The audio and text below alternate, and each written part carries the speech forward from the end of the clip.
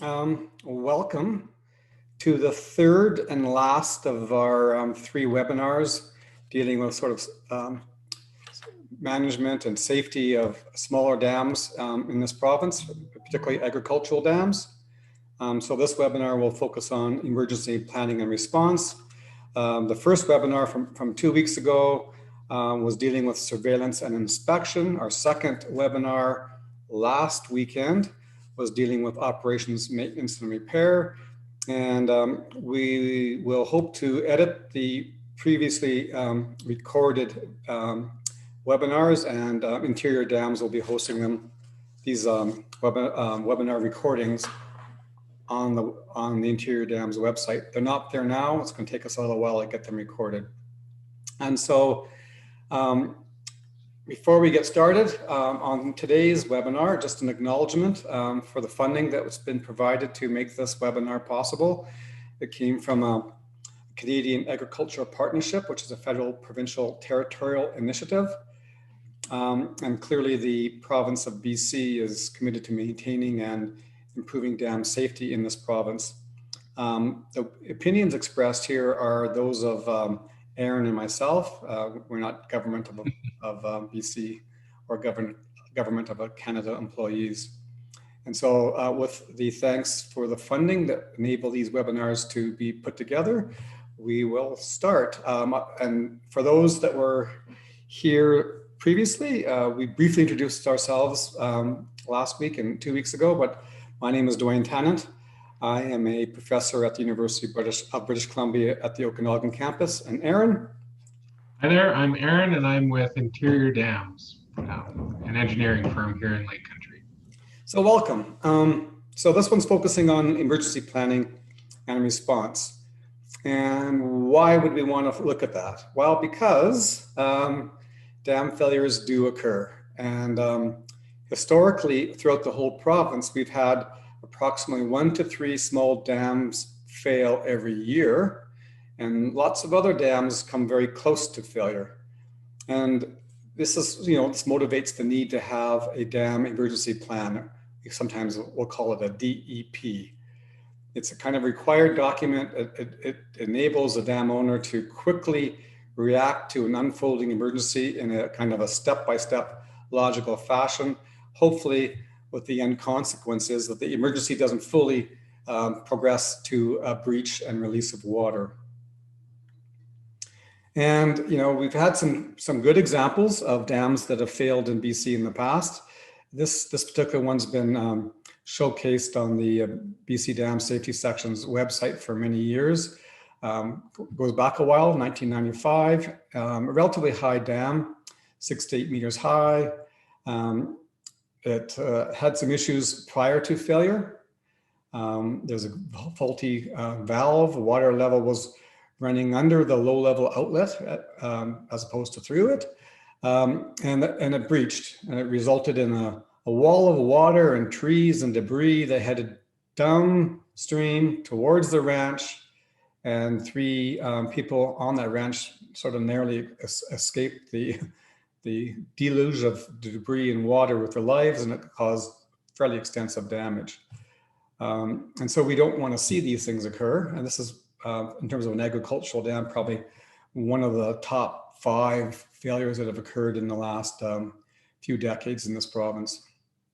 That particular event, you had 600 acres of hay fields covered with all sorts of debris and gravel. Cobbles, kind of makes it hard to put that land back into service again. And it's interesting, apparently there was a deal to sell the ranch, and it fell through because there were some dam problems cited.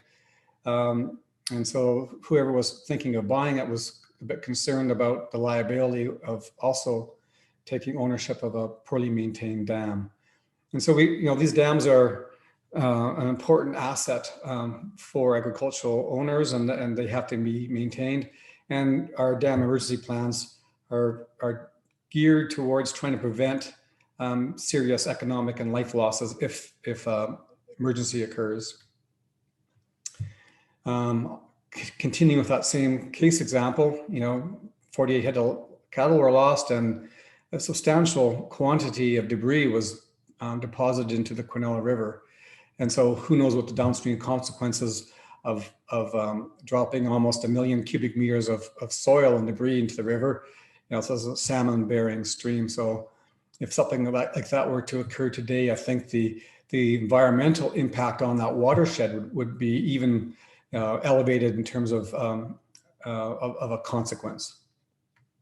Some other examples more recently, and of course, it's sort of motivating of these webinars that we've had over the last few years. A small, very small dam here in the Okanagan failed in 2010. Testa-Linden Dam releases a pretty small quantity of water, but the downstream consequences are pretty severe with a number of homes completely destroyed. Very lucky that there wasn't any loss of life. And this particular example is well documented on the dam safety website. More recently, some examples for 2015, 8-meter high dam near Salmon Arm. And there was a lot of issues with that dam in terms of its design and its settling and seepage going through the thing. So there was some advance warning that it perhaps wasn't constructed appropriately. And it fails, and it caused extensive property damage and loss of a barn and damage to a road. And another one also from the same year, again, a relatively small dam, 3 meters high, north of Prince George. We got a partial breach of its bank.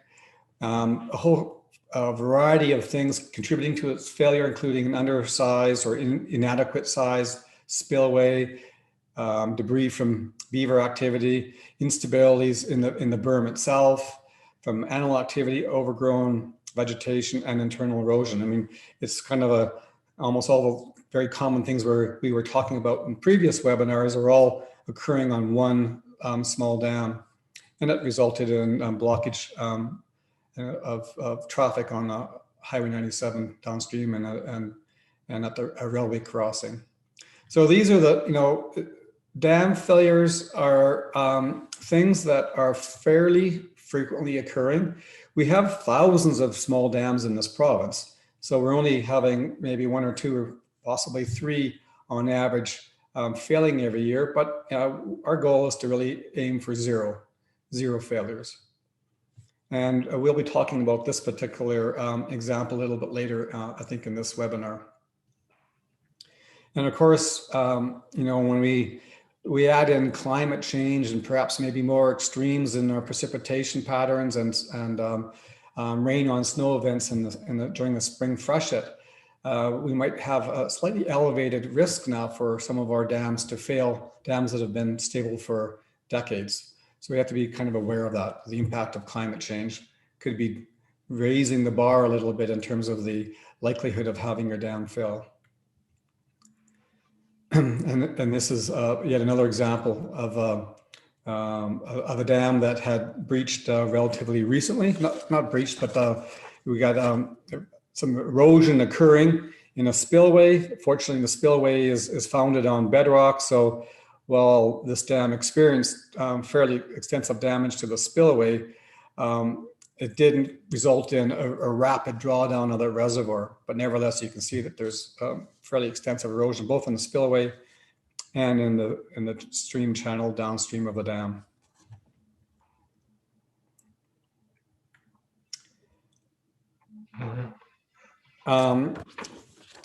We've been asked to ask a few questions of you of the participants, just to get a little bit more of a sense for who's attending on these webinars.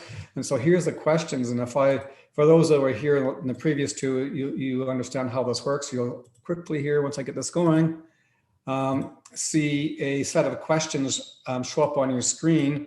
It's totally anonymous, but we would appreciate if you could quickly answer these 3 questions. Give us a little bit of feedback for who's participating and whether or not you are participating in 1, 2, or perhaps even 3 of these individual webinars.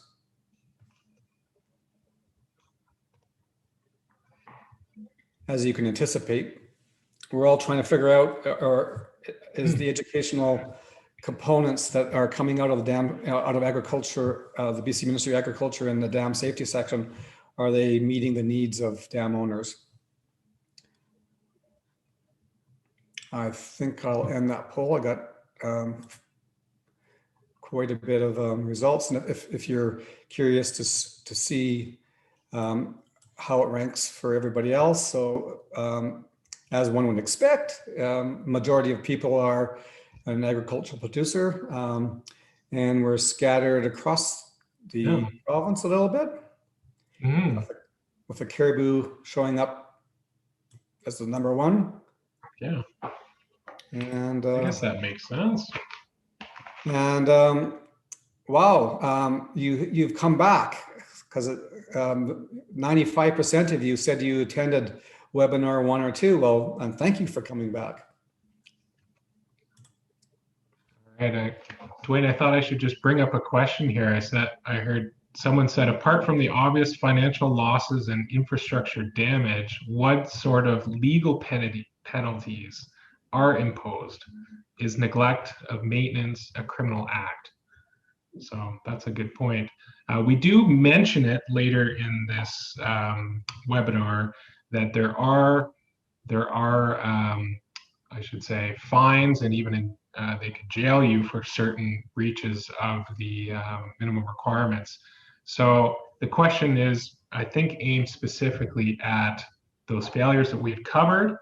I don't know the specific details of those, and I wouldn't be able to speak on those. So, but there are some, if you read through it's about a 30-page dam safety regulation, there are the penalties in there that they could enact, right, or enforce, I should say.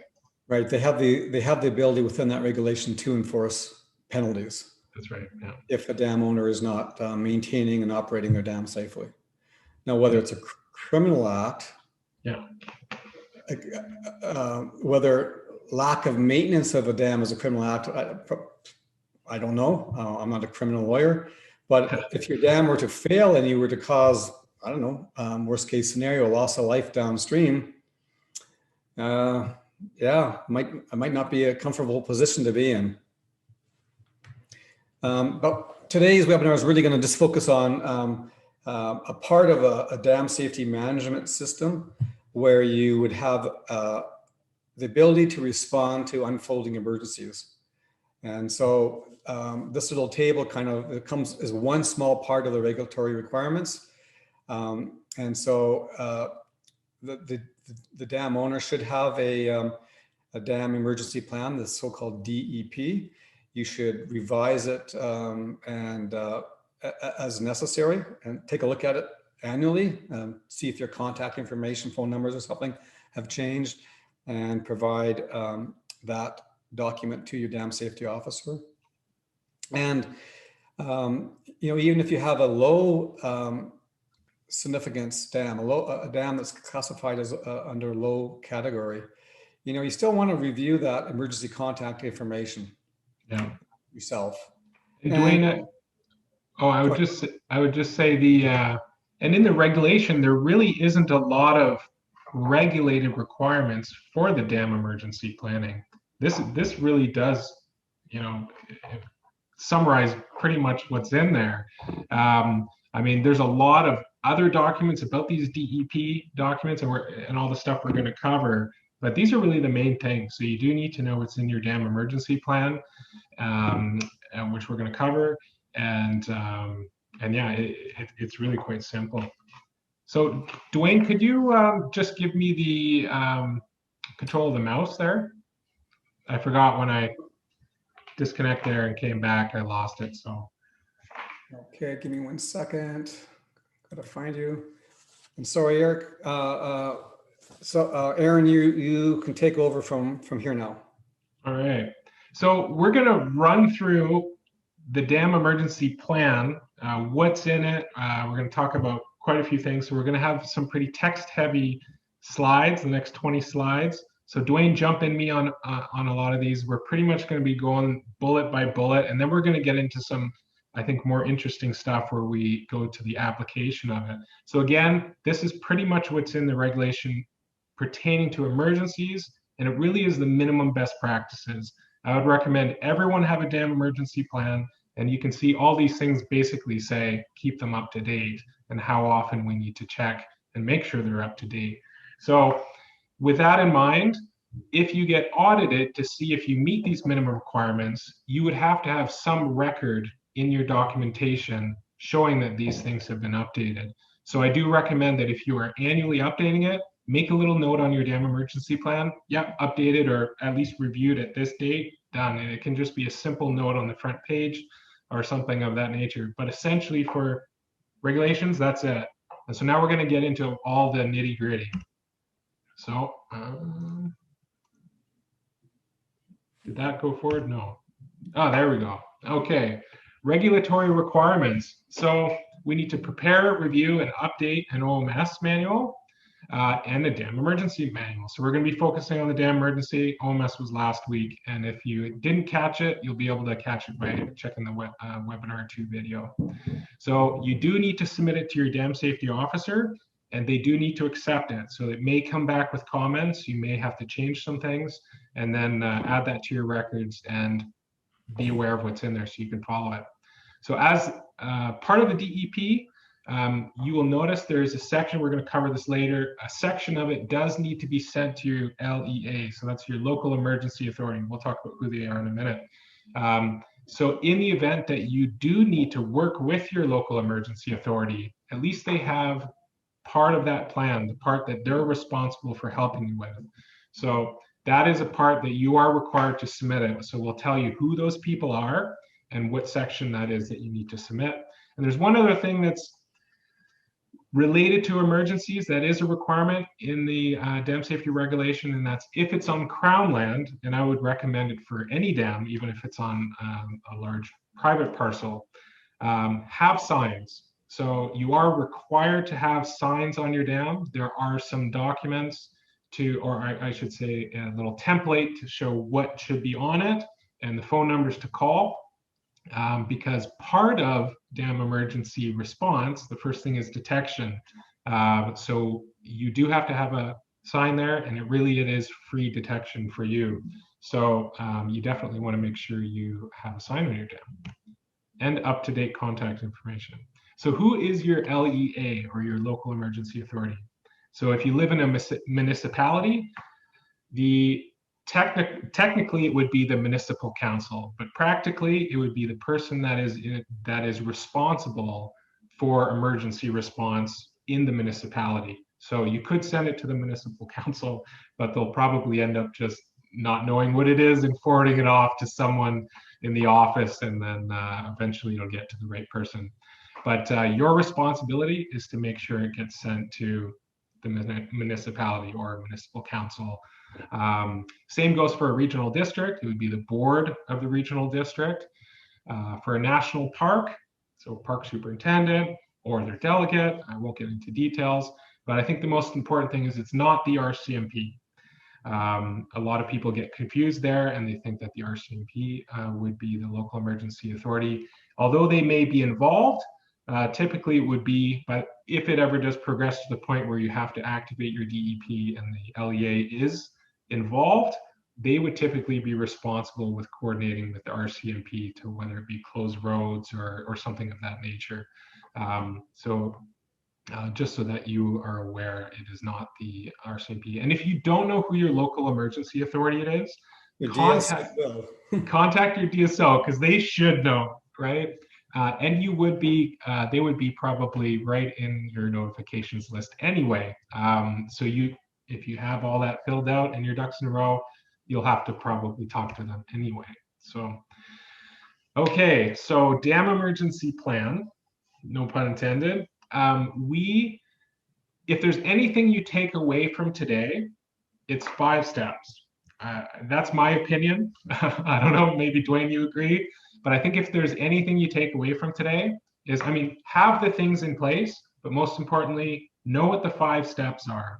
And also know that the 5 steps aren't all part of your dam emergency plan.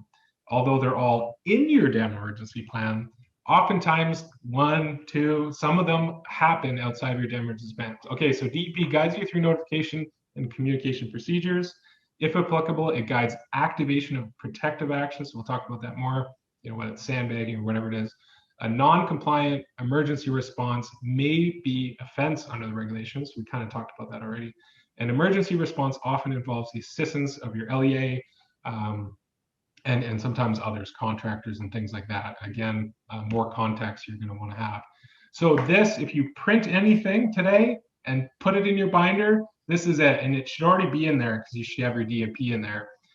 So here's the 5 steps. Step 1, event detection. Was it because you had the sign on your dam and someone called you? Did you find out because of all those OMS things we talked about last week? So detection. 2, determine your emergency level.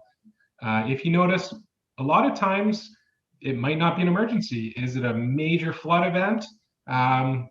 Maybe that's under normal operations, under extreme conditions, like we talked about last week. So these things can all happen without activating your DEP. See, step 3, notify and communicate. Until you activate your DEP, until you determine if it is in fact an emergency, we are starting to, activate the process of your dam emergency planning, but we haven't activated it. So step 1, detect event, determine emergency level, notify and communicate. Once you know it's an emergency, you do the necessary notifications, but it's based on the level of emergency, 1, 2, or 3. And then we take action based on the severity of that event. And step 5, we terminate and follow up. So Dwayne, do you have any comments on that?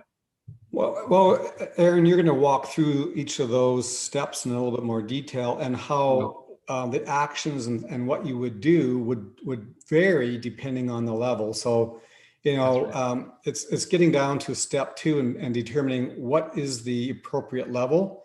And that level may change as the emergency is unfolding. You may think you're on a level 1, slowly developing, and then all of a sudden, oh my goodness, it's starting to look a little bit more serious. And so now you're going to switch over to a level 2.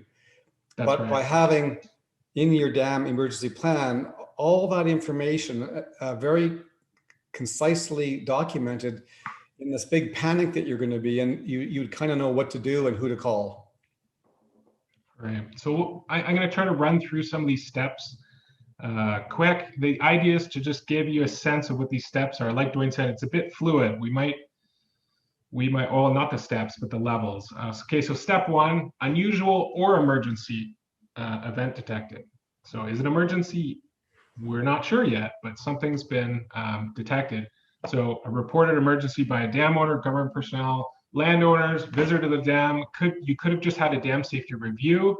And like last week, we were talking about instrumentation data. You can see some wacky instrumentation data that may trigger event detection. Maybe an earthquake or a flood, a major flood has occurred, which could be normal operations, but maybe it was an event that could have impacted your dam in some way. You're not sure, and you've looked at it. Maybe there are some impacts. You're not sure if it's an emergency or not yet, or whether or not it's developing. So you're kind of, in that gray zone between whether it's under normal operations under extreme conditions or it's a level 1 emergency. So we're just going to keep going through here. So step 2, once you've detected something that has occurred or certainly requires follow-up or determination of emergency level, what do? Well, we have to determine the emergency level. So in your dam emergency template, actually, I'll share that with everyone right now. And if you're watching this later, it's right on the dam safety website's main page for available documents.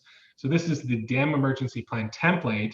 It's a Word document that you just fill it out. In appendix, I can't remember if it's A or D, but in one of the attachments, it gives you this list. If you don't know what emergency level it should be, I encourage all of you to read through this after. You could be, okay, we've got spillway flow. You can read the description if it matches. Okay, if it's seepage or sinkholes, you can kind of go through there and get a sense from this appendix, whether it's 1, 2, or 3. So we're going to talk about this a lot more later. So I'm going to just keep going here. Oops, I jumped through 2. Emergency level 1. If it is a 1, what do you do? A report or observation notes a situation that not normal, or sorry, I'm going to try that again. A report or observation notes a situation that not normal and has not yet threatened the operation or structural integrity of the dam. The event could affect dam safety if it continues to develop.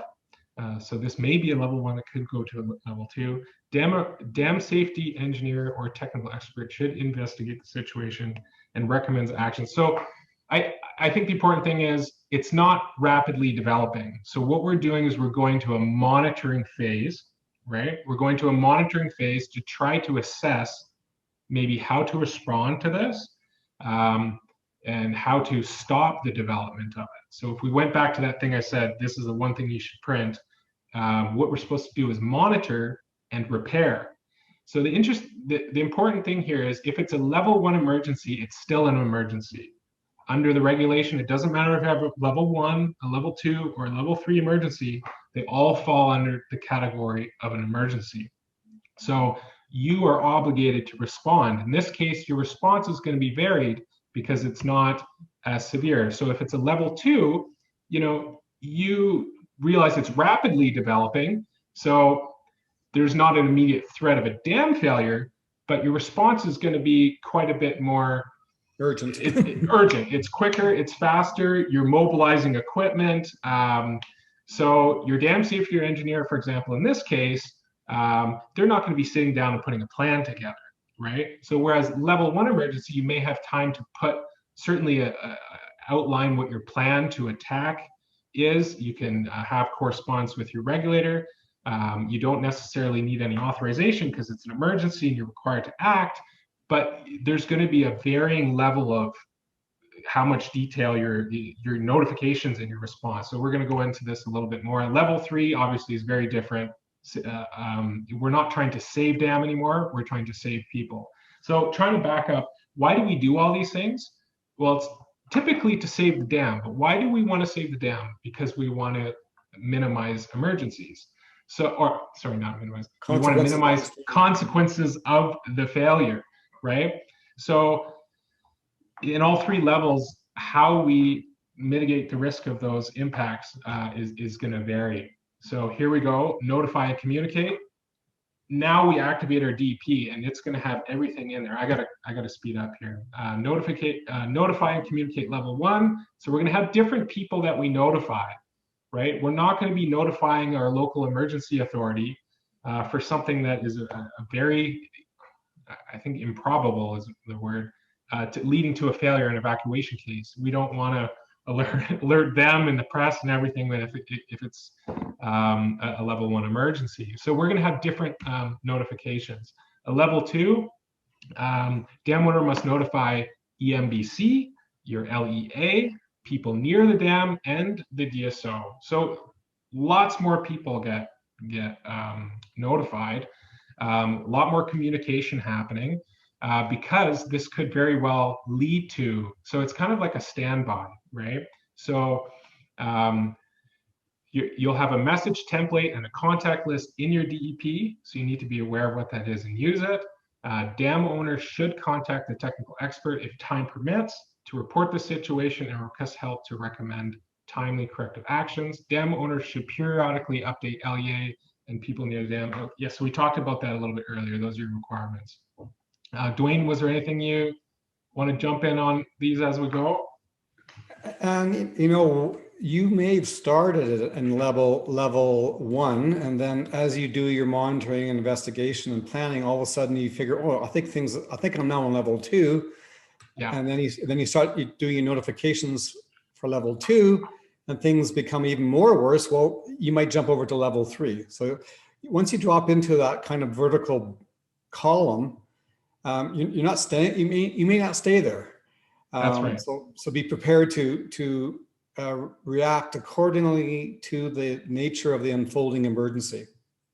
And one thing I want to mention too is you can see there's a lot of notifications and communications happening. If you're a small dam and you don't have a technical expert with you, and even if you do, maybe you are the technical expert and you're not the dam owner, my recommendation is, especially for municipal level dams, and as you have more people to notify, you could have a lot more people calling and trying to get updates and things like this. And it's really important that you realize too that you have a notification list that has been set aside ahead of time so that you're efficient with your time. If this happens, you need to stay the course and not get distracted. I've heard from a number of colleagues that I've worked with on big dams with lots of downstream potential impacts, evacuating cities, and they're like, they have to put a special person in place to deal with press. And it's kind of the same idea, is you don't want to get distracted from your responsibilities by notifying everyone that's interested to have an update. So I just want to, and especially level 2, where it's kind of in that area, are we going to go to level 3? It's really important that you focus on the details in the field, what's actually occurring, and making sure you're following your dam emergency plan. And where possible, always note what you're doing in progression, because that, should something ever go wrong, you want to be able to demonstrate that you've done all the right things. And part of that notification process is to help the dam owner bring in more resources to help save the dam or minimize downstream consequences. So the people that are being notified by you, the dam owner, they have jobs and responsibilities to mitigate and reduce the downstream consequences. And so by bringing them on board early, they are helping you, and you don't have to do it all alone, because you're not expected to do all this alone. That's why these local emergency authorities, they have jobs and responsibilities that get activated upon notification. So it's a notification to bring a bigger team to handle the unfolding emergency. Right. And many of you, maybe a smaller dam in a rural community, you'll have a list of 2-3 names of neighbors or downstream landowners who you can contact. That's not always the case. So if it ever does go to a level 3 emergency, this is what we have to do: contact all persons in the immediate vicinity of the dam to advise them to vacate the endangered area and call the local emergency authorities. So once you call the local emergency authorities, they might have long call out lists or whatever it is, and they're prepared for those events, especially if there are a lot of people there. So clearly state this is an emergency. The LEA will implement their mandated emergency plan and begin the evacuation. Notify EMBC and the DSO. Keep in frequent contact with the LEA and inform them of the condition of the dam so they can handle the emergency. So, and of course, take action. I think it really is a progression of steps, because if you need someone with equipment to take the action, well, you need to notify them. But this is kind of a fluid back and forth between, well, you're going to be doing notifications throughout step 4, regardless of what that is. So again, I'm just going to review that. Level 1, monitor and repair. Level 2, save dam, protective actions. And 3, save people in evacuation. And a reminder, you don't need, if it's an emergency and it's been declared an emergency, you've done the notifications in step 3, they're aware that it's an emergency and it is an emergency. So you are meeting the responsibilities, whether it be working in and about a stream, under the Water Sustainability Act, because the Dam Safety Regulation is a regulation under that act, and it doesn't just authorize you, it requires you to act. So you don't need to sit and wait and submit something to BC from counter. So it's important that you are aware of that. So step 4, take actions for level 1. Dwayne, I probably need to start picking it up here. Dam conditions should be more closely monitored. I think we talked about these a little bit. Dwayne, I'm just going to keep moving on here. For level 2, obviously your actions will be a little bit more urgent. Continuous observation. It's going to be one level more. So the bottom point there, right? Yes. We said it already, but we'll just say it again. Typical permissions and permits are waived in an emergency situation. So don't, you do the notification, but you don't have to wait for somebody to come back to you saying and giving you the okay to do something. You have to have an idea what is necessary to save that dam and just do it as quickly as you can. And Dwayne, I should make sure this is very clear. Your responsibilities on how to manage and conduct that work haven't changed, whether it be fish or whatever it might be. Just because you don't have authorization to cause a negative impact, you still have to implement all best practices. You do everything you can, given the current state and urgency, to not cause harm to the environment or other best practices. You want to implement all those best practices, but you just go and do them. So another recommendation: have silt fencing, have all this stuff available, and we'll show you how silt fencing can be very useful for monitoring as well.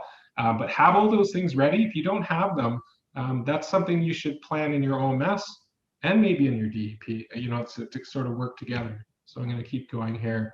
I guess that's an extension of the last slide. Dwayne, I'm going to keep moving here. I want to spend more time on the latter stuff. And same with level 3, right? It's just, we're not saving the dam anymore. We just do whatever it takes to save lives and initiate emergent evacuation. That's the word I'm looking for. So I'm going to keep going through these. And finally, step 5 is termination. So termination is important too, especially if it's a level 1 emergency, and then you come out of it. If it goes to level 2 or even 3, again, you're going to want to have document what you've done and put all that together and submit that to the dam safety officer, and to have it for lessons learned. Incident management, all those things are really important. So LEA is responsible for terminating DEP operations. So for level 2 and 3 emergencies, the LEA will have declared an emergency, so they have to terminate that. Okay, here we go. Let's jump to the poll here, Dwayne. Okay, well, and before we do the poll, we do have a poll coming up linked to this particular image. The collection of slides that we just raced through, you can use those to kind of review your own DEP, your own dam emergency plan that you have today.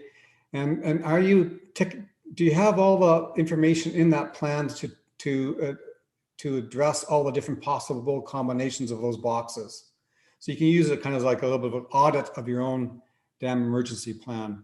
And if you don't have a dam emergency plan, you can use it to help build a dam emergency plan. Okay, so as part of that plan, like way up at the very beginning, you had to estimate or assess something that you see in the field. Let's pretend this is your dam and you see some water leaking out of the dam. And so the poll is going to be, what do you think is the emergency level? Is it level 1, 2, or 3? Once I get this poll started here. And Dwayne, as you're getting the poll started, I wanted to bring everyone's attention to a little document. If you're on the Dam Safety Management website, they have the DEP link there, but right under it, they have one called Emergency Dam Assessment and Immediate Response Actions. So depending on what you're seeing in the field, is it overtopping? Is it seepage boiling? It tells you what to do, right? So it's a very useful document. I've just linked it there. And for those who are watching this later, hit their website and they've got a great link, and it's a great resource. Of course, the quality of this image isn't great. And if you kind of look in the background, you'll see these trees are kind of surrounded by water. So there's a lot of water spilling over a spillway in behind the embankments section, but we do have this water seeping out. Yeah. And some of you may have seen this video before. Some of you may not, but I think once we see the video, it'll be a little bit clearer as to what the answer is to this poll. So I'm just going to share what people thought the level is. And so if the only information you have is you're sort of standing there, you're the owner. Of course, you don't see the big picture here. You only see the one photograph. So more than half of the participants are thinking this might be a level 2. Well, let's see. Okay, Let's Dwayne, let some time go by. just before you start, everyone, you got to close your poll first, otherwise it might be in your way. You just got to exit out of the way when you're done. Go close your poll so that you can see the whole screen. Yep. And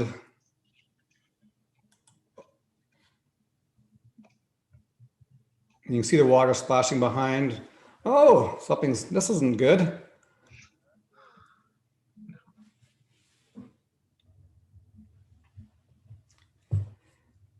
Yeah. And you're probably thinking maybe the level of emergency is a bit higher than I first thought. Right. And it goes to illustrate how earthen embankment can go from seeping some water, and if we had to continue this, there's going to be a huge gush through there, and that whole thing is breached. In what, 10 seconds, 15 seconds? It happened very, very quick. Yeah, yeah. So, and of course, you might have thought it was a level 2, and you're thinking about, okay, what do I do to maybe have to go place some a berm on the downstream slope of that dam to try to contain the seepage, but while you're thinking about how you're going to respond, you see that suddenly burst. You know it's level 3, and you stop videoing and you start calling people. You might have to start to evacuate downstream. And the key thing is a dam breach can happen very quickly. So that's why while you're engaged and we'll just kind of show that again. So this is a small scale experimental dam, and they built this thing, and what they are trying to do is get a sense for how quickly will water flowing over, so you have an overtopping situation, how quickly it causes this structure to breach. And as kids, we all built these little dams and ditches and things, and we all have a kind of inherent experience with this. But when we look at full-scale dams, the breaching process happens in minutes to tens of minutes. It happens very quickly, and we need to be kind of aware of that. If that type of situation is unfolding, clearly you would be in a level 3 emergency. Once the erosion starts, it just sort of accelerates until the whole thing is washed out.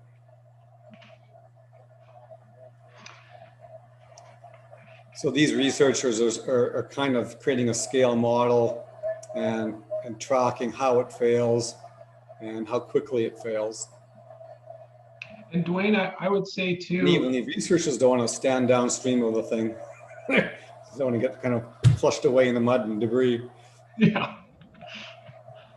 Anyways, like that sort of drives home the point.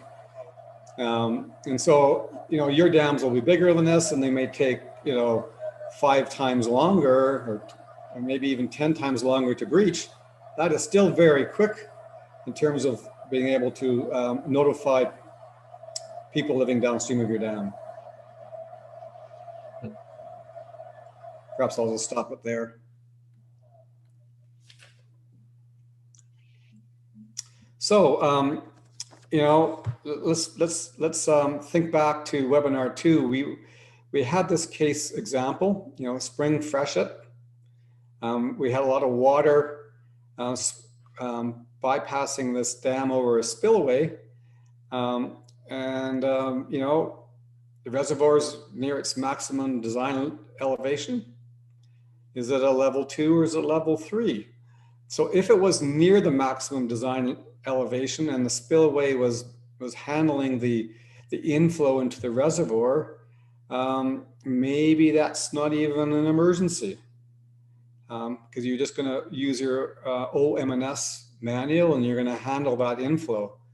But if you start to see some movement towards slowly progressing a problem, maybe that reservoir is continuing to rise and you've got your spillway running full tilt, and you're seeing the reservoir level rise. Okay, that's an unfolding emergency. So maybe that's a level 1. And then if that water starts to spill over the dam, and now you're going to be a level 2 because you're being motivated to save that dam. You don't want that thing to breach because they're going to have a huge pulse of water go down that watershed. So, you know, we can, when we're looking at these events, we could be downstream of our dam and say, oh, geez, a forestry service road's been washed out. Maybe there's a little bit of flooding occurring downstream of the dam. It is a flood event. It's a natural event. The flood is not caused by anything to do with the dam. It's simply the spring freshet, maybe a rain on snow event. But we still have to assess, you know, is my dam going to handle this? Is it normal operating procedures and we can bypass all that water, or is it an emergency? I mean, I don't know what your thoughts would be on a situation like that. And it doesn't really matter about what you're looking at downstream, because of course it's emergency from the point of view of this homeowner and maybe the forestry service road, but your emergency is focused on, is this an emergency? Am I moving towards a situation where that embankment, that dam is no longer stable and it can breach? That's the emergency you're focused on. And if you're simply just bypassing the water that's coming in, so water in is equaling water out, and that water out is causing problems downstream, that's not your fault, and that's really not your responsibility. So under that scenario, if your dam was performing as designed and it had enough spillway capacity to allow that water to go past, of course it's causing a flood downstream, but that's the same flood that came into your reservoir, it is likely not an emergency.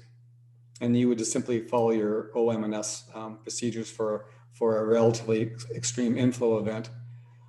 You would, in the back of your mind, be thinking about getting ready to maybe initiate a dam emergency plan, particularly if that reservoir levels was rising and the spillway was not being able to bypass the inflow. And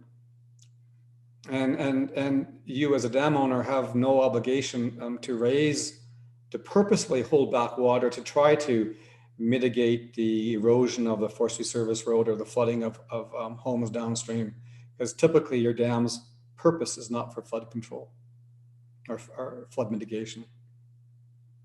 So we need to understand, you know, focus on the dam and what is an emergency at the dam, as opposed to some people downstream complaining that you're causing the problem. They may not understand the situation. The situation is that Mother Nature's causing the problem. There's too much snow melt and runoff, and you're not obligated to try to dampen that peak flow. You're obligated to make sure your dam stays safe. Of course, if the as shown in this image, we start to see some overtopping of your dam. Unfortunately, you can see where it's occurring. The overtopping is occurring right at the abutment, where the embankment's quite wide, and you might even have some bedrock in here. And perhaps this was an emergency spillway, purposely designed for that kind of 1 in 100 year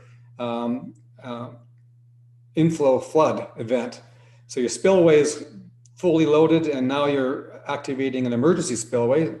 Well, as long as it's behaving as designed, it's probably still not an emergency. In this specific case, I think it was an emergency because we're getting some erosion, and we're not, you know, and we don't know how much freeboard we have right here. We don't want to have water running over the embankment portion, and you know, there's some swirling water near your spillway. It could be causing a little bit of erosion at the toe of your embankment. And so you are probably quite concerned about what's happening here, and you would certainly be at a level 1 emergency, and possibly even verging on a level 2, depending on the rate of erosion and how erodible these materials are. And so you would have to try to respond. And well, what would you do? That would be a great question. Like, what can you do in a situation like this? And really, you're just hoping that that inflow is going to slowly drop off. It's like COVID, you get the peak and you're hoping it's coming back down, and then you can kind of regroup and repair your dam. So you'd be wanting to look at what's that reservoir elevation doing? Is it still rising when this is happening? That would be concerning. Or is it peaked and plateaued and slowly dropping? So that one bit of information about what's the elevation of that reservoir doing is important. And of course, monitoring things.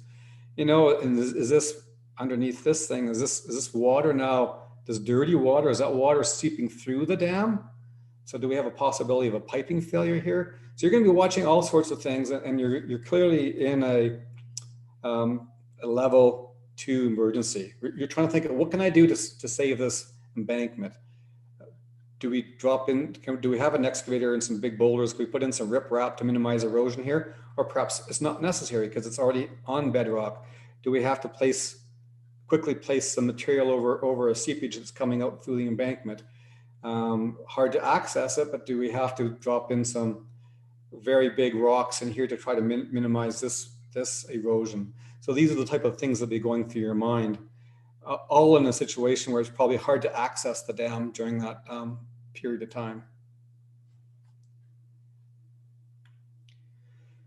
And so, you know, part of your planning is to be prepared for these unusual circumstances. And you know, when you see that erosion, you're probably activating a level 2, and depending on the level of erosion and the reservoir level, possibly even a level 3 emergency. So you're already making your phone calls, letting people know that you've activated your plan, let them know what you're actually doing, and describing to them how you foresee the situation unfolding, whether or not you think you have a pretty good chance of preventing a breach of your dam. If you don't think you can prevent a breach of a dam, you definitely want to activate level 3 and warn everybody downstream to potentially evacuate the area that's going to be impacted. You know, when these things occur, it's got to be highly stressful. And it's probably going to occur at night and during a rainstorm and you can't see anything. So your document, you don't want to be flipping through a huge document to try to figure out who to call and what their phone numbers are. So your dam emergency plan necessarily needs to be pretty short and concise, and guides you exactly what to do so that you can, you know, perhaps make those calls or give it to your partner to make the calls while you're out there trying to round up a bulldozer or an excavator and some gravel or something. It doesn't have to be a long document. And experience at different places around the world have shown that if a dam owner actually has these things prepared in advance, they kind of go through the mental exercise of what they would do under these different scenarios and write that down. They're better prepared when an unfortunate situation occurs, and it saves, you know, lives and money if a dam emergency does occur. And we mentioned this already, so there are some templates available for these documents. Here's one of those. If you take this template plus those 5 steps and the level 1, 2, 3, and all the different components in there, and embed that into your dam emergency plan, and essentially it's going to be a flow chart with lots of phone numbers and people, then you're prepared. So if you take a look at this template, here's some things that it has in it. The things in red are parts of this dam emergency plan that would be submitted to your local emergency authority. So that they don't want your whole document, they want some specific sections from it. And there's that 5-step process. In that process, it's not just a process, you're going to have all the phone numbers and the names that you're going to be calling. So they would like to have that as well, so that they know who you're calling, and they may be focusing on other people to call. So there's this part, and there's another. It continues. This template continues. So the emergency contacts for the dam, and that evacuation map, so that, let's say, your your local emergency authority understands which are the options. If maybe you have options, different ways of evacuating people from the downstream area, and who are those people? Who should be evacuated? Are they living low enough and close enough to the stream level downstream of your dam that they need to be evacuated? So the red stuff is what gets submitted, and if you design your DEPs in a digital manner, you can kind of extract that sections and send it off to your local emergency authority. Anything else, Aaron, that you want to comment on that? No, nothing I can think of there. Okay. You know, and it really is kind of like a mini phone book and a call out list is what it is. Yeah. For you. That's one of the biggest components of that dam emergency plan. And this is kind of some pictures of what these things might look like, and the phone numbers, and so that you don't have to be scrambling for these things while you're dealing with your emergency. They're handy. And your dam emergency plan could be a little digital document that's stored on your phone always, so it's always available to you. It's probably the best way to have it functioning. I guess. Oh, sorry, Dwayne, that was me. We're back to, so Aaron now is going to kind of walk through a case history, make it kind of a little bit more real rather than a bunch of text and words. Yeah, so again, your main documents are going to be your DEP. I had sent a link earlier for the emergency response actions. We're going to go through this case study, and that emergency response actions was a great document to use. Again, you can look at it, and it's just a little table that says, you know, if it's overtopping, what do you do? Well, you could sandbag the top. It gives you very specific recommendations, and in this particular case, it was instrumental. So background, and this was just a few months ago, 7-meter high homogeneous earth-filled dam was rehabilitated and raised to its present level in 1961. Repairs to the upstream slope were undertaken, and riprap erosion protection was added to the spillway channel in the early 1970s. A routine dam inspection this year identified deficiencies, including excessive vegetation growing on the dam and rutting on the dam crest. More importantly, the inspection found a boil, so a sand boil, at the downstream toe. This was not noted in any previous inspection. So what we have is a bit of a history of a dam. We know it's homogeneous. There's no filters in it. We talked a lot about last week how your operations, your maintenance, and your surveillance really should be tailored to your understanding of your dam, right? It doesn't have a filter. It's homogeneous. It was kind of a granular material. We know it's very, susceptible to internal erosion. It's had a lot of seepage in the past. They've even, they rehabilitated. They put an abutment on the lower berm. So here's the dam. There's the crest. You can see that little toe berm that's been constructed. So some seepage issues in the past, and also another reason why they're monitoring that seepage with B-notch weirs and other things. And they managed to find this sand boil. So here we go. Oh, sorry, it's a little delayed here. So I'm going back. There is a sand boil, right? What's that? There it is. And there it is. So it's stuck in some vegetation, so it might have even been hard to find. Yes, and it was. There's quite a bit of vegetation there. You can see in the top right photo. You pretty much need your gumboots on to get down in there and look around. It was a little bit beyond the toe. They have this little pond below, and unless you're really being thorough, and hats off to the dam owner that was doing the inspections, or I should say surveillance, and found it, because when you're doing these surveillance things once every week, every single week, sometimes it's just, okay, let's check, move along. And so hats off them to continue to be thorough, to continue to look at all the things and spend the time. And sure enough, in the vegetation in a wetted area, they found this, and it was a few feet away from the toe of the dam. It would have been nice if there wasn't any vegetation there. It would have been a lot easier to find that feature. It was, and you can see this next photo on the left. What was the first thing we did? Well, what do we do? What's step one was event detection, and step two is now we're trying to determine the emergency level. And how do you do that? Well, it's a lot easier to do that if you can see what you're looking at. So we vegged it out. You can see we just grabbed some old pipe that was around and cut a little V-notch in it, put it over the seepage boil. And initially we had put some sandbags around it. So now we have a whole bunch of sandbags around it and dumped a bunch of sand around it.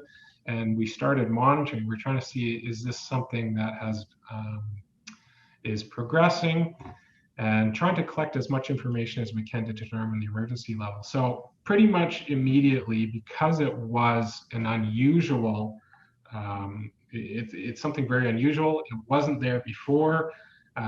Coincidentally, I had done a formal inspection to this dam 1 year prior, and that certainly wasn't there at that time. So we knew there was a change of condition. So if it had been different, something like this, you see that in the upstream of the dam, or you're seeing a lot of material getting carried out of your dam and into the downstream pool, it certainly would be a level 2. So if this situation had been different, such as a small whirlpool as seen in this reservoir, right, and the sand boil was getting bigger, right, we would automatically activate level 2 emergency. So, and I think anyone looking at this can probably guess this would be a level 3. We're going one step further. I don't think you can fill that in with a shovel. So you'd be making your downstream, all your notifications and evacuating everyone possible. So step 3, with knowing that it's a level 1 emergency, only the DSO needs to be contacted. Dam owner notified the DSO, and their technical experts were present to assess the situation. So, and this, the funny thing is, when a level 1 emergency occurs, and you, in this particular case, we immediately put in some monitoring. Now what, right? Maybe in this particular case, it was relatively stable. Sometimes the flows would come up, sometimes they would come down. You can kind of get stuck in this limbo, but it does say monitor and repair, right? We want to repair that too, and it's still an emergency. So we immediately upped the monitoring. We immediately were starting to think about what are ways that we can repair this under this emergency. And again, because it's a level 1 emergency, we have time. We have time to monitor things. We're constantly in correspondence with the regulator. And so here's an image of the emergency level notifications. So your DEP could have a figure like this. And so level 1, you only need to do the dark contacts. And if it's level 2, you've got to add a few more people into your call out. So it could be represented graphically like this, with, of course, the phone number someplace else. All right. So actions list in the OMS DEP for this dam. Let's see, action list, dam incident. So, all right, here. Sorry, I'm just looking through what we've got here. So basically we have an action list in our OMS and DEP. So for this particular dam, this is what we had. So going to the next one. So you want to, the more you're ready to go, the more you have in your dam emergency plan, you can have actions just like that link I had sent you. You have, for particular cases, how you want to respond. So dam condition was more closely monitored. I talked about this a little bit. Seepage monitoring system was installed and measurements confirmed no increasing rate of seepage. It was kind of coming up and coming down, but it wasn't a level 2 emergency, that's for sure. Which confirmed a level 1. Full dam was checked for signs of changing conditions. No other signs of accelerated piping were found. Plan was prepared to rectify the potential safety hazard by installing a granular filter at the site of the dam soil berm. And upon approval from the DSO, remedial actions. And I should make a clarification here. The dam safety officer was involved throughout, and the owner in this particular case, really at any time this could move to a level 2. We also had an opportunity, and we did have a plan put into place that was communicated with the dam safety officer, and then we went ahead and we did that repair. So we're going to show you what those actions looked like in just a moment here. So this is the filter we constructed. We had thought, oftentimes, like an ASTM C33 sand is an excellent filter design material for this type of embankment. Sometimes it makes more sense to just truck that type of material in if you don't have time to design anything. Because we did have a little time, and it did end up being a couple weeks at least that the monitoring went on, that while we were there, we took samples of a boral material, which is very close to that material we would have liked to use. And so what we did is we implemented a plan to use that borrowed material and build a conventional blanket filter directly on top of the boil area. And again, in this particular case, it is still undergoing further study, and this may not be the final design, but it certainly is the temporary repair that was implemented in this case. And I see you were using a little bit of filter cloth to try to do the best you can to keep sediment out of the watershed. That's right. And again, another reason to have that type of material around. You'll see in later photos, it also helped by monitoring what type of cloudy or sediments was carried off into the water. One thing we found challenging with this was one was access. It's difficult to walk an excavator down this downstream sofa dam, so we decided to use that gravel slinger. But with that, you need to be careful with segregation of your material. So anyway, there were definitely some challenges in the field, and certainly getting the silt fencing and other things in were also a bit challenging on the fly. But you can see, it looks like even at this stage, your filter is not big enough. That's right. So we have an idea of the flow and the head pressure of our seepage boil, and we had a general idea of how high we needed to go. And you can see here that we're only a few feet up, and water is still managing to find its way to push up. And that's also why we want to go in a much bigger area. We don't know where else this potential pipe could be going to, because if you try to cap it, it's just going to pop up right beside you.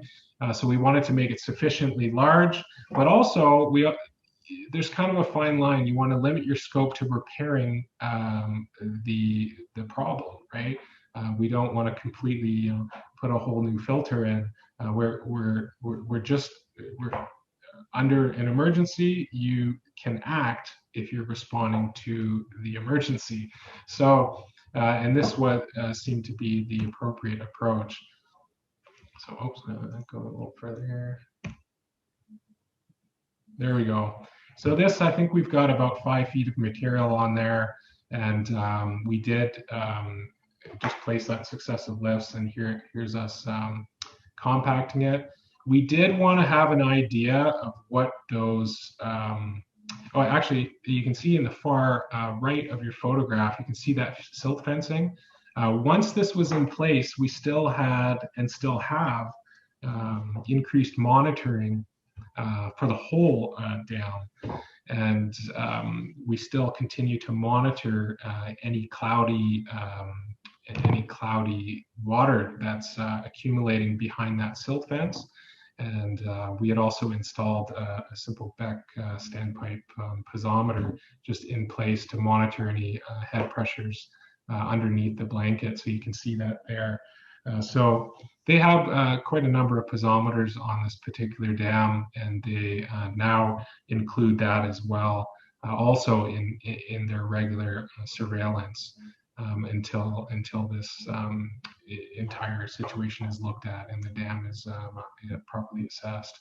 So anyway, this is an example of how you go from detection and then you go through your steps. So here's what we did to take action, and then you go to termination. What we did is everything starting from the very first day that the operator or the dam the person operating the dam identified that boil. We went back and we started writing down everything in succession that happened at what time, even to the minute. And it was very helpful, certainly later, to be able to assess the situation and understand and determine what the next steps are.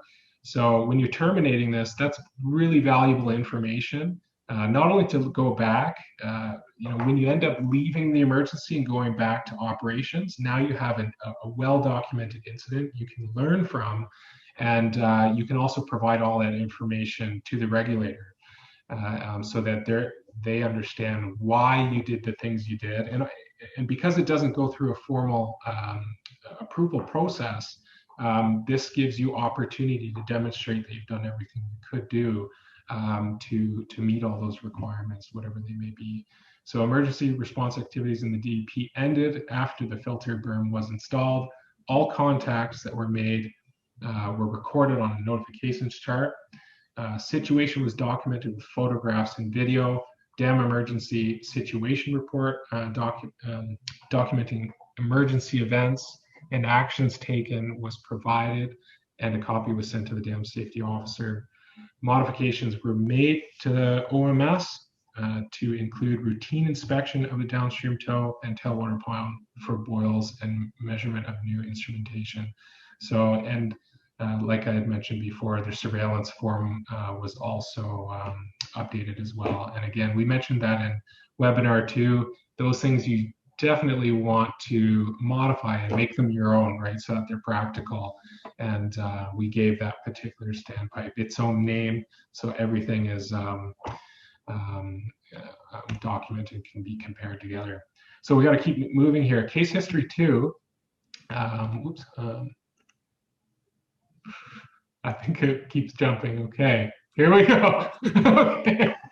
All right, low consequence dam, extreme flood event. It was about a 1 in 150 year flood. So there was ice and debris that was in there that now got mobilized. You can see it getting into the spillway there. Dam starts to overtop. Spillway control gates weren't functioning because they probably weren't properly maintained. Spillway is eroding. So this is the situation. We definitely have an emergency on our hands. What would you do, right? In this case, no DEP, no notifications list, no material on site, no contractor equipment ready or a list available. You can see how this situation compared to the last one, it has its challenges. You can probably see a number of people up on the crest and quite a number of pumps. I mean, even just with your eyeballs looking at the volumetric flow rate of water going through the spillway and visually looking at the diameter of those little pipes, there's not a lot of water going through those pipes. But I mean, what do you do, right? So here we go. Pumping was attempted. Ice removal was attempted. Again, access limited. Contractor contacts probably, how available were they? There's some overtopping. You can see a little bit of sandbagging starting to occur. So was there sand available? Were there bags available? All these things are absolutely essential in an OMS plan. Having those things available and planning ahead, having material on site, whatever, and knowing who to call when, and all those things would be instrumental. So response was probably quite a bit delayed, and you can see how they would have been very useful in this case. So this is a photo taken later. We showed it earlier today. So you can see, if anyone can see, there's a come along that ratchets one of the openings. The other one doesn't have one. The other thing too is this probably not sized appropriately? And you can see that these events occur, right? If you've been operating your dam for 10 years, 20, 30, 50 years, there's a very good chance you haven't seen a 150-year event before. So it's good to know, is your dam ready for that? And even if it's not, we definitely want to have our dam emergency plan in place so that we can respond appropriately. So in this case, the spillway failed before the main embankment, and that is very lucky, because had that all been released in a surge, and you saw those videos earlier, how quickly those dams can erode, and there was a lot of erosion on the downstream toe. That dam was very narrow and tall. You know, at any time you could just have a slump and loss of freeboard and a breach. So lots of things could have occurred, and so a lot of luck happened in this particular case. So an emergency was declared, and under that emergency, because it was still a hazardous condition, you had that spillway out, you know, was up in the air there. You had embankment that had been compromised. We still had icing issues and other things.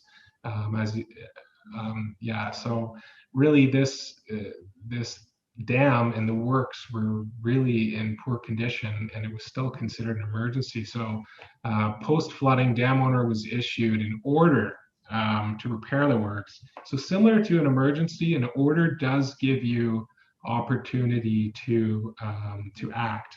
So an order does, essentially, it's an authorization. You still need to follow all the best practices and implement all, you know, in-stream considerations to do the work. But because an order was there, it really simplified the process. So what ended up happening is it was rapidly designed, and riprap was brought in, and you can see what was done in place, and the excavation of the spillway was kind of field fit, to be honest, under the order. So conveniently, and if I go back a photo, I wonder if you can see some icing up of that reservoir already. This was in November of last year. Fortunately, it was a late snow year, and we were able to construct that. In the following year, there was this spring, there was a 1 in 200 year event. So we would have been in big trouble had that occurred. And you can see that once it's adequately sized, things went quite smoothly. Still, there's no boom in place. Still, there are some issues with the embankment in this particular case, but the order was put in place, and with only weeks to respond. You can see how I'd like to say, don't waste an emergency. Sometimes an emergency gives you an opportunity to fix a problem, right? And like I said before, like the blanket filter, you do need to limit it to the emergency, but sometimes there are opportunities. Dwayne, do you have any comments? Well, it's interesting in this case that you had almost two back-to-back fairly extreme inflow events, right? Mm-hmm. Yeah. And whether we can attribute that to climate change or not, who's to say?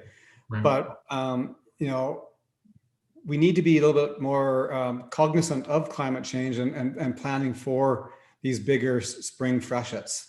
Mm-hmm. And clearly, you know, the spillway capacity is vastly bigger now than it was prior to this repair job that was done. And This is not a big reservoir. No, it's very small, very small. I mean, hindsight's 2020, but off-stream storage probably would have been a better way to go for this dam.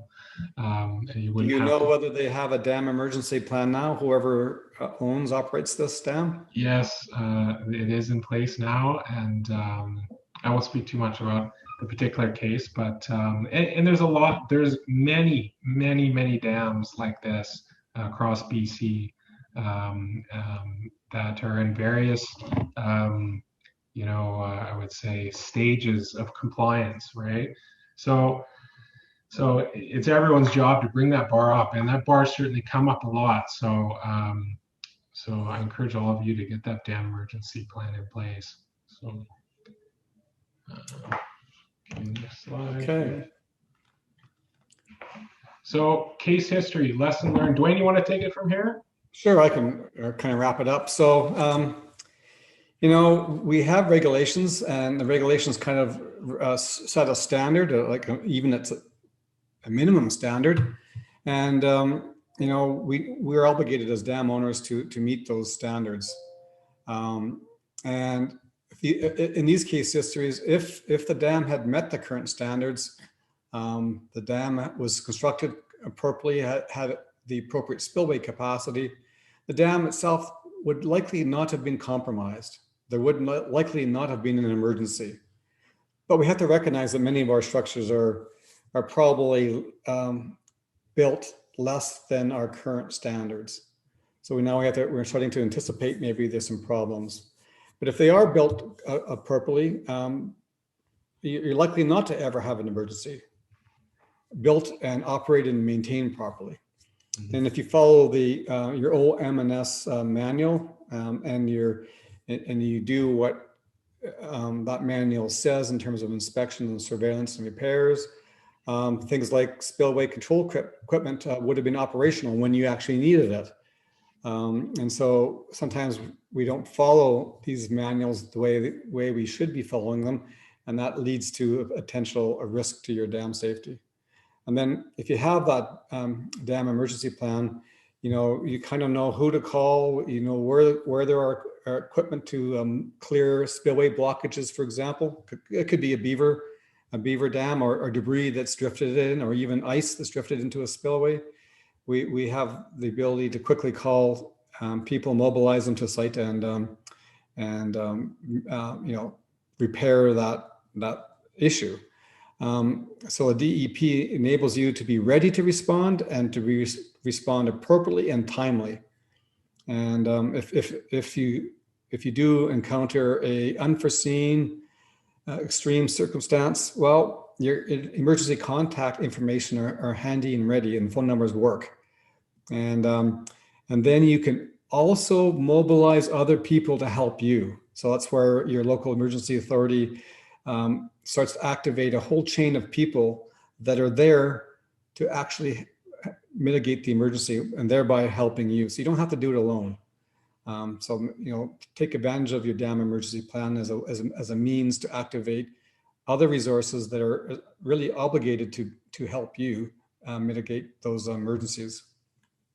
And you can almost do a mental hypothetical test of your emergency plan. So you can think of that, we're coming up to spring here in a few months, but we're getting closer. And you can get notified by a phone call that water is flowing over your dam. So that alone should be a concern to you. If it's flowing over the embankment, not over the spillway, but over the embankment.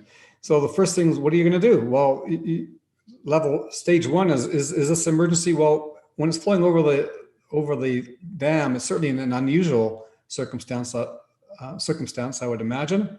But how severe is it? Is it 1 inch of water overflowing it? Is your dam nicely armored in grass and a little bit erosion resistant? So you'd want to know more information, particularly for whoever made the phone call. Ask them some more information on, is there erosion underway? Is it something we can fix with some sandbags? And the water is expected the inflow into your reservoir is expected to drop. So you need to know more information, and then from that information, you're going to figure out where is your level of emergency. Are you level 1 or level 2? And I hope for everybody here today, you never ever see a level 3. And then what are the sequence of actions? Well, you pull out your DEP and you follow those sequences of action. And Aaron mentioned this earlier, having a sign on your dam, particularly if you're in an area where there are lots of other people that may use or see your dam, let them know that this sign gives your phone number and Emergency Management BC phone number. There's certain phone numbers that it should be on that sign so that you can be notified in a timely manner if someone else sees something unusual. And I don't know how many people here today would have mobile phone or cell coverage at the dam site itself. So those communication difficulties can be a bit more problematic if your dam is in a remote location in the province. But of course, if you see something, you get a phone call, you want to assess the severity. And if you deem it to be emergency, you activate your dam emergency plan, regardless of level 1, 2, or 3. As soon as you think it is an emergency, you activate that dam emergency plan and start doing the call outs and notifications. And that's why that little document should be in your dam emergency plan. Follow the steps, keep your dam safety officer notified. And you're more than likely to be in this level 1 category, maybe verging on a level 2. And I would imagine if you take a look at all the small dam owners in the province, a significant percentage of them will probably have a level 1 emergency over sometime during the life of owning that dam. And they need to know how to respond appropriately when you do have a level 1 emergency. And maybe it's just, implementing repairs and alterations, and then, the notification business continues at the end of your emergency. You do close the communication loop back to your dam safety officer, letting them know what you did, what transpired, and how you repaired the structure. Okay, where are we at? We're about 3 minutes before the scheduled time to end here, I think. Yes. I need to ask you some, whoops, I got to go back. I need to ask you some final questions. And get these polls to go. The last time you're going to have to answer questions as part of the webinar, but I know Aaron has some questionnaires for you as well. So if I could ask you to, remember this is anonymous again, so you can speak freely because nobody knows who you are. Fill in this this set of questions. That'll be appreciated. And on behalf of the dam safety section in the province and the Ministry of Agriculture, I certainly thank you for attending these webinars. Aaron and I will stick around until all questions cease to come from you after this webinar. So if you have any questions, we can kind of open the floor to some final discussions. I believe there are members from the BC Dam Safety section logged in today, and if they have any comments or if you have any questions for them, you can ask as well. Yeah, or clarifications, right? If there's something we may have said that you don't agree with us, we can certainly comment to that right now, right? So. Okay, where are we at? I think the votes have slowed down, so I'll just end the polling now. And for full disclosure, here's what people said. And well, I'm great that if you take the first bit, the 30% and the 60%, you got 90% of the people have confidence in what they're doing in terms of performing dam safety related tasks. That's great. We have a lot of people quite happy. They found something informative. That was really the whole goal of having these webinars. And people like to see more. So there's that message is going to get back to the BC Dams safety section for sure, and I'm sure we're going to see more webinars like this.